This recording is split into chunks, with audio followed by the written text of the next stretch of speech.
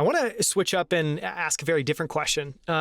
If people listening could shadow you for a day, so be with you from the time you wake up all the way until when you go to sleep, setting aside that'd probably be a little bit creepy, what do you think they would be most surprised by? And what I'm trying to get at there is is there anything about your habits, your routine, the way that you work, the way that you do different things during the day that might surprise people listening?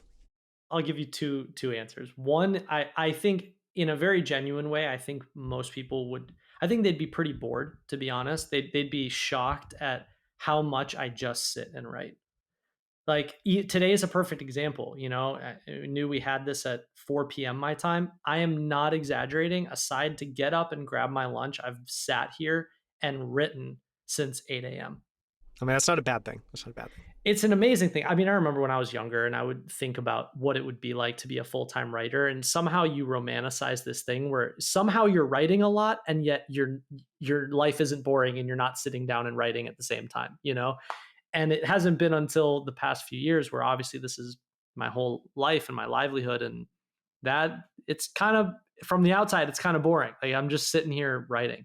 I'll say the more unconventional answer is I used to be a pro gamer as a teenager. I played World of Warcraft professionally, and an interesting quirk that I can't seem to let go of is I still will have old World of Warcraft videos like playing on YouTube in the background, and I don't know why, but there's something very calming and soothing about that. I think it just reminds me of being a kid. It just makes me feel like I'm a kid. So if someone was watching me, they'd see me like tabbed back and forth between writing and these like 2008 like I mean, that's gaming definitely montage, surprising.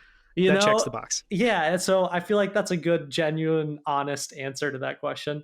No, I love it. I want to ask one follow-up question. In terms of, so days like today, you sit down to write. I was listening to a book recently.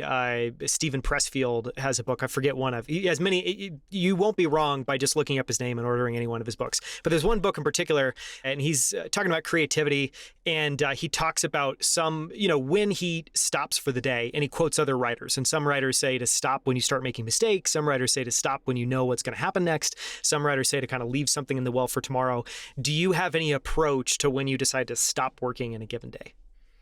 I stop when my fiance says it's time to stop. That's Get off the the answer right computer. there. It's time for dinner. You need to stop.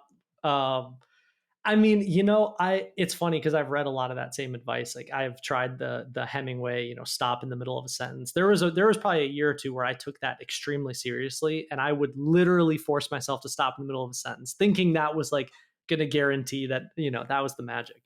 In general, I would say a rule I try to live by is if you can feel that you're flowing on an idea, try and not disrupt that, push it as far. And usually you can feel when you're like, all right, I've gotten what I need to get out. I can pick this up tomorrow.